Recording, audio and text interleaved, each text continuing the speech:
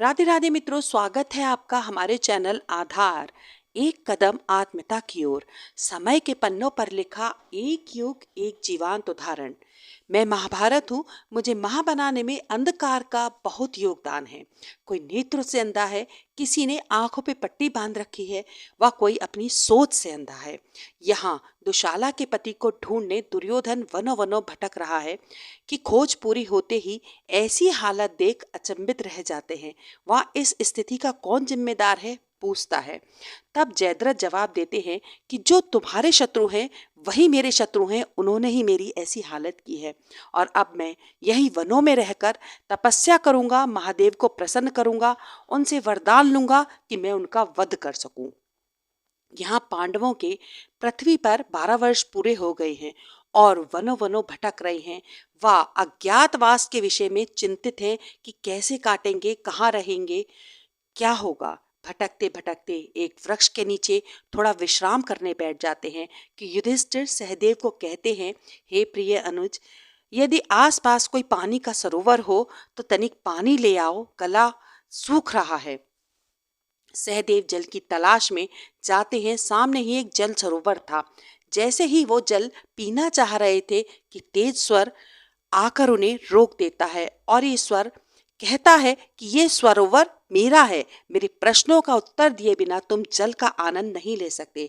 सहदेव हट करते हैं कि मैं ये जल चखूंगा भी और लेकर भी जाऊंगा। जैसे ही वो जल पीते हैं, जल कंठ में फंदे के समान अटक जाता है और वे वहीं निष्प्राण हो धरती पर गिर जाते हैं। सहदेव को ना पा युधिष्ठिर चिंतित हो जाते हैं कि वो नकुल को आज्ञा देते हैं कि तुम जाओ और उसे ढूंढ कर लाओ। नकुल ढूंढते ढूंढते पहुंचते हैं कि यही गलती नकुल भी दोहराते हैं। वह धरती पर निष्प्राण हो वो भी गिर जाते हैं। अब अर्जुन की बारी थी। अर्जुन धनुष की टंकार की चुनौती देते हैं। वह कहते हैं, किसने मेरे अनुजों का ये हाल किया।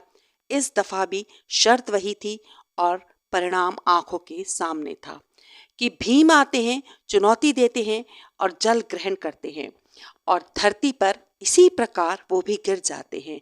यह सब देख युधिष्ठिर बहुत घबरा जाते हैं, चिंतित होते हैं कि मेरे सभी अनुज कहाँ रह गए। कि युधिष्ठिर विनती करते हैं कि कौन है यहाँ मेरे सामने आए जिन्होंने मेरे अनुजों का इस तरह ये हाल किया है, ये दशा की है। यक्ष अपना परिचय देते हैं। वह बताते हैं, मैंने इन्हें रोकने की कोशिश की कि मेरे प्रश्नों का बिना उत्तर दिए तुम मेरे जल का आनंद नहीं ले सकते, परंतु ये नहीं माने। युधिष्ठिर कहते हैं, कृपया आप मुझसे अपने प्रश्न करें। तब यक्ष पूछते हैं, पृथ्वी से भारी कौन है। उत्तर आता है, माता। आकाश से ऊंचा कौन। उत्तर आता है, पिता।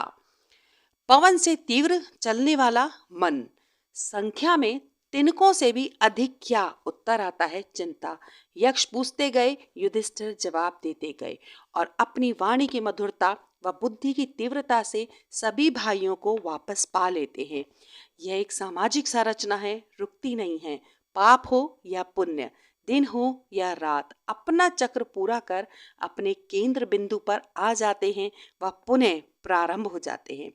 कि कामपल्य नगरी में अपनी छोटी माँ के लाड़ प्यार व आशीर्वाद से अभिमन्यु अब युवा हो गए हैं।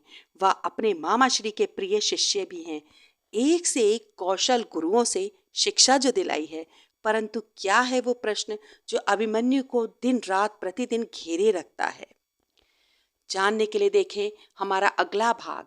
तब तक हमारे चैनल को लाइक, सब्सक्राइब, शेयर करना ना भूलें। आधार एक कदम आत्मता की ओर।